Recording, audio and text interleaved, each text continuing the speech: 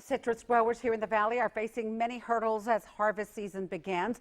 They are spending thousands to keep their fruit safe from pests and diseases. The latest findings in Houston draws even more concerns. Channel 5 Stephen Sarabia tells us how this will impact the local citrus that you eat. Stephen? Yeah, the more problems growers face, the less local fruit you'll find at the store. Harvest has started, but the problems have already begun. Not that I can remember, and I've been doing this for about 30 years now, and I don't ever remember this many quarantines being in place at the start of a season. Growers like Merton are facing multiple threats to their prized fruit. Unfortunately for growers, the cost of doing business just keeps going up.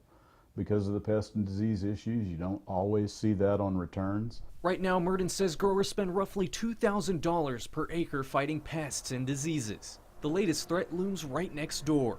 If it made its way to the Rio Grande Valley, it could really jeopardize the commercial industry down here in regards to our grapefruit and oranges. The USDA found dozens of trees in Houston with a strand of citrus canker, which can affect many different types of citrus trees, including Merton's grapefruit. Bringing trees back from that area or this, that, or the other could really devastate the industry, so we've got a real close eye on that. This was how the Lyme-specific strand of citrus canker we reported on last year ended up in the valley. Somebody presumably brought a plant in from a canker-infested area into Cameron County, planted it, and because it was the normal Texas weather, heat and dry and not a lot of rain, it didn't move far until the heavy rainfall last season. Weather, like a cold front, is another way the citrus canker in Houston could make it all the way here. Canker, which is caused by a bacterium, is spread by wind-blown rain. So it doesn't have an insect vector.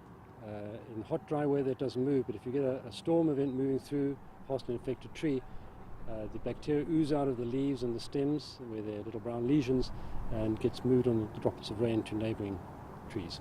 With a front expected this week, Merton says all they can do is continue spraying their trees. The USDA and the Texas Department of Agriculture have banned the travel of citrus trees in and out of the valley.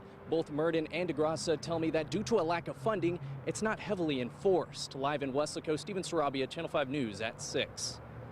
Well, the U.S. Department of Agriculture is also urging people to report citrus trees suspected of carrying diseases. This is a Channel 5 News Extra.